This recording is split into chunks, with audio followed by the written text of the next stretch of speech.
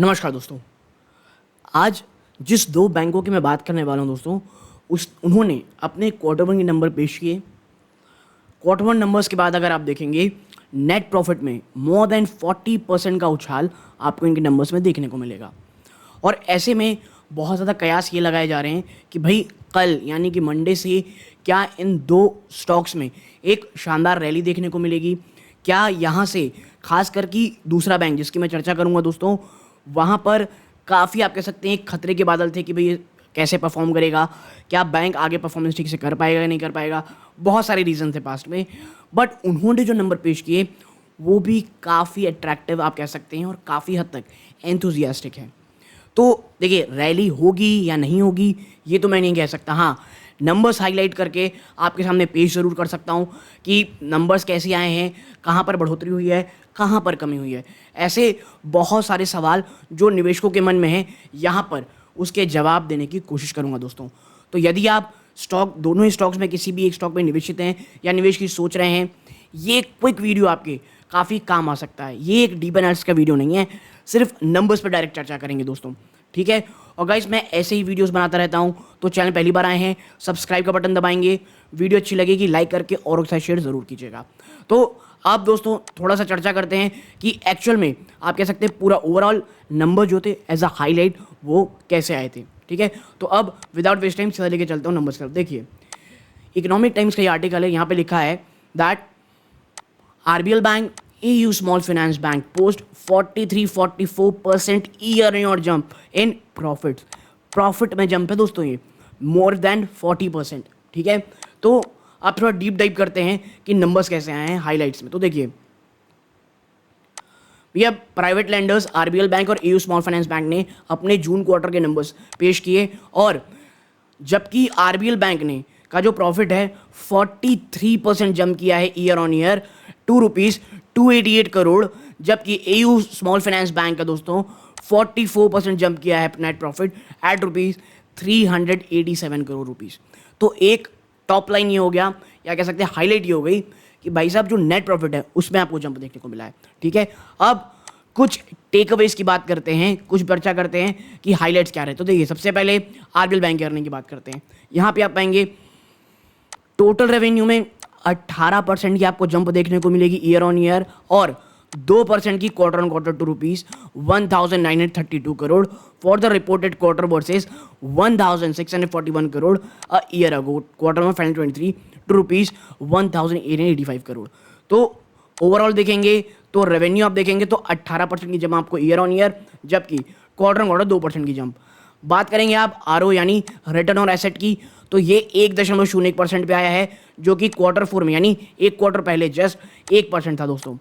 बात करें operating profit, तो इसमें 22% की आपको जंप देखने को मिलेगी year on year operating profit में दोस्तों, जबकि क्वार्टर ऑन क्वार्टर 9% का जंप देखने को मिलेगा ₹647 करोड़। इतना ही नहीं, नेट प्रॉफिट में अगर आप देखेंगे तो उसमें उछाल आपको 6% देखने को मिलेगा ईयर ऑन ईयर। अब चर्चा करते हैं NII यानी नेट इंटरेस्ट इनकम की दोस्तों, तो उसमें 21% का जंप देखने को मिलेगा ईयर ऑन ईयर, और 3% का quarter on quarter to ₹1246 crore. इतना ही नहीं, कंपनी की NIM यानी नेट इंटरेस्ट मार्जिन देखेंगे तो वो 4.84% पे रही है, जबकि पहले ये 4.36% में थी, यानी नेट इंटरेस्ट मार्जिन में जंप हुआ है। ये बहुत इंपॉर्टेंट है दोस्तों, और ये काफ़ी पॉजिटिव होगा एज अ शेयर होल्डर के लिए। तो आप देखोगे नंबर अभी तक आप देखेंगे तो काफ़ी आपको अट्रैक्टिव, काफ़ी अच्छे दिखेंगे। बात करें अदर इनकम की दोस्तों, उसमें 12% का जंप देखने को मिला है ईयर ऑन ईयर, जबकि 2% का quarter on quarter to ₹685 crore. बात करें cost to income was reported at ₹66.5% versus 67.8, जो आप कह सकते हैं फॉर क्वार्टर 1 23, और एक क्वार्टर पहले यानी क्वार्टर फोर में ये थी 68.5%। अब बात कर लेते हैं बहुत इंपॉर्टेंट चीज़ की, कासा यानी करंट अकाउंट सेविंग्स अकाउंट की। उसमें 12% का जंप देखने को मिला ईयर ऑन ईयर, जबकि क्वार्टर क्वार्टर ये लगभग फ्लैट सा रहा 1% का ₹31,927 करोड़, जबकि कासा रेशियो आप देखेंगे वो पहले 37.3% में था, जो पहले कह सकते हैं 36% में था ये जून में, ठीक है। अब बात कर लेते हैं एक और इंपॉर्टेंट चीज़ की, डिपॉजिट्स की। तो हम पहले इसको मिटा लेते हैं, फिर चर्चा करेंगे कि किस तरह से कंपनी के डिपॉजिट रहे हैं। देखिए टोटल डिपॉजिट में 8% का जंप देखने को मिला है quarter quarter, year on year माफ कीजिएगा, जबकि क्वार्टर क्वार्टर 1% ही बढ़ा है, जो कि आप कह सकते हैं एक तरह से फ्लैट सा है। ठीक है, ₹85,636 करोड़ विद रिटेल डिपॉजिट वो 19% बढ़ा है दोस्तों ईयर ऑन ईयर, और क्वार्टर क्वार्टर 3% ₹37,400 करोड़। देखिए आपको एक चीज़ समझ में आ रही होगी, आरबीएल बैंक में मैं ये कह सकता हूँ कुछ समय पहले इतना ज़्यादा पैनिक मोड था, इतना ज़्यादा डराया जा रहा था, मुझे याद है, बट इस तरह के नंबर्स आना मुझे उम्मीद की किरण दिखती है, आप कह सकते हैं मुझे कुछ पॉजिटिविटी दिखती है। और देखिए जिस तरह के बाजार में आप कह सकते हैं स्टॉक प्राइस भागेगा, नीचे आएगा, इसके पीछे सिर्फ रिजल्ट नहीं, बहुत सारे अदर फैक्टर रहते हैं। अब बात कर लेते हैं एक और चीज़ की भाई साहब, रिटेल डिसबर्समेंट की। इन क्वार्टर फर्स्ट ऑफ 2023 वो 4,100 करोड़ में रहा है with the retail wholesale mix 56:44, जिसमें से रिटेल आप कह सकते हैं किनको दिया गया है 56% रहा है, होलसेल में 44, यानी रिटेल का पार्टिसिपेशन ज़्यादा है, which is good. Now housing loan देखेंगे 77% की बढ़ोतरी देखने को मिली है ईयर ऑन ईयर। ठीक है, रूरल व्हीकल फाइनेंस देखेंगे 197% का जंप है year on year, this is phenomenal. यानी रूरल में डिमांड जो मैं पिछले काफ़ी समय से कह रहा हूँ वापस से ठीक होती दिखाई दे रही है। एक ये भी हो सकता है दोस्तों कि भाई जो बेस रहा है पिछला वो काफ़ी कम रहा है।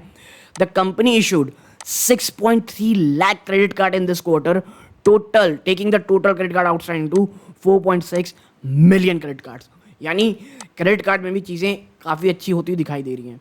अब आरबीएल की जो सबसे बड़ी चिंताजनक चीज़ें रहती हैं वो है एसेट क्वालिटी। तो आप देखिए ग्रॉस एनपीए रेशियो इंप्रूव हुआ है रुपीज़ नहीं होता, टू 3.22% वर्सेस 3.37, और ये पॉजिटिव चीज़ है।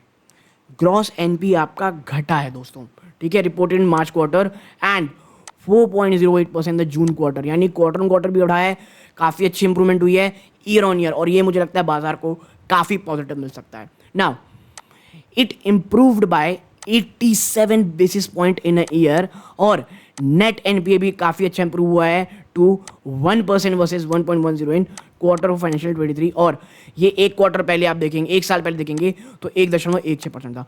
तो ओवरऑल मुझे लगता है कि आरबीएल बैंक ने काफ़ी अच्छी आप कह सकते हैं नंबर्स पेश किए हैं, और काफ़ी अच्छा तो खैर बहुत ज़्यादा बड़ा होता है, लेकिन हाँ एक पॉजिटिव सिनारियो, एक उम्मीद की किरण, एक आप कह सकते हैं एडवर्स जर्नी के बीच में एक अच्छे नंबर्स दोस्तों। अब बात कर लेते हैं भाई साहब एयू स्मॉल फाइनेंस बैंक की। ठीक है, तो एयू स्मॉल फाइनेंस में बात करेंगे हाईलाइट्स पे, तो देखिए इनका ग्रॉस एडवांस में 29% का जंप हुआ है year on year to ₹63,635 crore compare to 49,349 crore in first quarter, यानी ग्रॉस एडवांसेस में 29% का जंप हुआ है। ऑफ द टोटल एडवांसेस इसमें जो व्हीकल लोन का कंट्रीब्यूशन है वो 33% है, और secured business loan, home loan as well as commercial banking loan distributed 30% secured business loan है, 7% होम लोन है, 21% कमर्शियल बैंकिंग लोन है। देखिए होम लोन्स अगर बढ़ता है ना तो अच्छी चीज़ ये होती है कि होम लोन एक काफ़ी लॉन्ग टर्म लोन होता है, तो होम लोन का काफ़ी अच्छा बढ़ना एक बैंक के लिए काफ़ी अच्छा होता है। ठीक है, बट स्टिल ये जो चीज़ है आप कह सकते हैं ठीक है, अच्छे नंबर हो सकते हैं।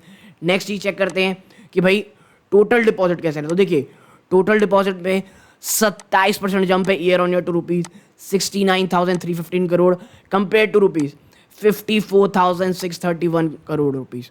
ठीक है, in quarter 2023। Now the current account deposit increase by 47%, current account का कॉन्ट्रीब्यूशन 47% बढ़ा है इन क्वार्टर में 24, जबकि जो सेविंग्स अकाउंट का डिपॉजिट है उसमें 11% का जंप आपको ईयर ऑन ईयर देखने को मिल रहा है, यानी करंट अकाउंट की जो बढ़ोतरी है, जो उसमें बढ़त है, वो सबसे ज़्यादा देखने को मिल रही है। आप देखें यहाँ पे जो बैंक की प्री प्रोविजनिंग ऑपरेटिंग प्रॉफिट है पीपीओपी, वो 39% बढ़ा है। ये प्री प्रोविजनिंग की बात कर रहा हूँ मैं दोस्तों, 30 multiplied to ₹546 crore compare to 394 crore in quarter में 23। कंपनी की नेट इंटरेस्ट इनकम उसमें भी 28% का जम हुआ है टू ₹1,246 करोड़, जो कि Q1 2023 एक साल पहले मात्र 976 करोड़ थी, which is a great sign, which is a good sign. ठीक है, इतना ही नहीं, एक जो चीज़ है दोस्तों, नेट इंटरेस्ट मार्जिन, इसमें थोड़ी शायद कमी देखने को मिली है, क्योंकि ये इस बार है 5.7%, जो एक साल पहले सेम समय में आप कह सकते हैं 5.9 था। ये थोड़ा डिसअपॉइंटिंग आप कह सकते हैं। Disappointing in the sense flat ही है, बट गिरावट देखने को मिल रही है नेट इंटरेस्ट मार्जिन में। बात करते हैं आरओए की, यानी रिटर्न ऑन एसेट की और रिटर्न ऑन इक्विटी की। तो आरओए 1.7% में रहा है, आरओई कह सकते हैं 13.8% में रहा है। Even as bank continue to invest significantly in people, digital, branding, product distribution. इन्होंने एक्सचेंज फाइलिंग में ये बात कही थी। देखिए, आरओए इस तरह का रहना जबकि कंपनी भयंकर निवेश कर रही है। आई मीन कंपनी बहुत ज़्यादा निवेश कर रही है दोस्तों अपनी ब्रांडिंग में, डिजिटली अपने आप को आप कह सकते हैं मजबूत बनाने के लिए। तो मैं ये ख़राब नहीं कहूँगा, बट आई थिंक ये थोड़ा सा और अच्छा आना था। ठीक है, ये मेरी पर्सनल राय है, मैं गलत भी हो सकता हूँ, आप कह सकते हैं। ठीक है, अब अन्य चीज़ों में चर्चा करते हैं। देखिए, the bank had a liquidity coverage ratio LCR of 151% on March 30, 2023, and the focus in quarter 2023 was to consume this excess liquidity instead of growing high cost deposit, the bank filing said। देखिए, क्या हो गया है, AU small finance के पास जो कह सकते हैं लिक्विडिटी है, वो एक हाई कॉस्ट डिपॉजिट को लगातार बढ़ाने की बजाय वो जो एक्सेस लिक्विडिटी इनके पास इतनी भयंकर रखी हुई है उसको यूज़ करना चाहती है। और accordingly in June 2023 quarter, bank reduce peak deposit rate by 25 basis point across saving and retail segment. और अब कंपनी ने जो अपने जो आप कह सकते हैं हाई डिपॉजिट इंटरेस्ट रेट थे उनमें 25 बेसिस पॉइंट की कमी की है।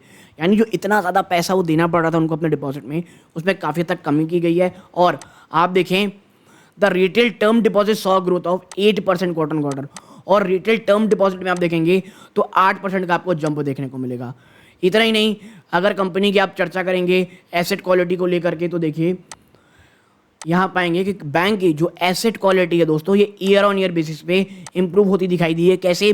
कंपनी का GNPA, ग्रॉस NPA, वो 1.76% में रहा है इन क्वार्टर ऑफ 24, जो कि क्वार्टर ऑफ 2023 में 1.96% था।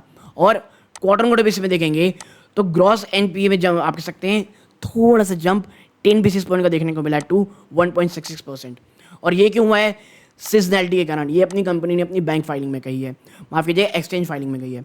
बात करें नेट NPA की तो 0.55% में है, और नेट एडवांसेस वो पहले था 0.56% दोस्तों। बात करें प्रोविजन कवरेज रेशियो की तो वो अभी भी 73% रहा है, जिसमें टेक्निकल राइट ऑफ और फ्लोटिंग प्रोविजन शामिल है दोस्तों। कंपनी ने एक बड़ा माइलस्टोन क्रॉस किया दोस्तों, आप कह सकते हैं 6 लाख, ठीक है, 6 lakh plus live credit cards with monthly spend now at 1250 crore, and this is a great news.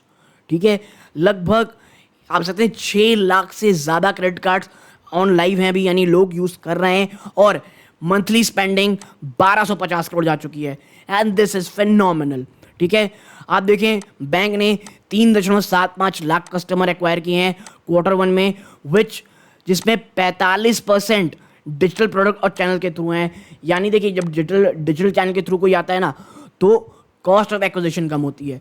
तो मुझे ये लगता है दोनों ही बैंकों ने एक सदी हुई आप कह सकते हैं पारी खेली है, but I am more positive on right now in RBL bank की इसमें शायद आपको तेज़ी देखने को मिले। तो मुझे लगता है अगर आप इन दोनों में ही किसी बैंक में अगर निवेशित होगे तो आपके लिए ये जो कह सकते हैं वीडियो है ये काफ़ी काम आया होगा दोस्तों। तो पहली बार अगर आप आए होंगे इस चैनल में, सब्सक्राइब का बटन दबा करके प्लीज़ हमें अप्रिशिएट कीजिएगा, वीडियो को लाइक करके और साथ शेयर ज़रूर कीजिएगा। ये इस वीडियो का अंत है। जय हिंद दोस्तों।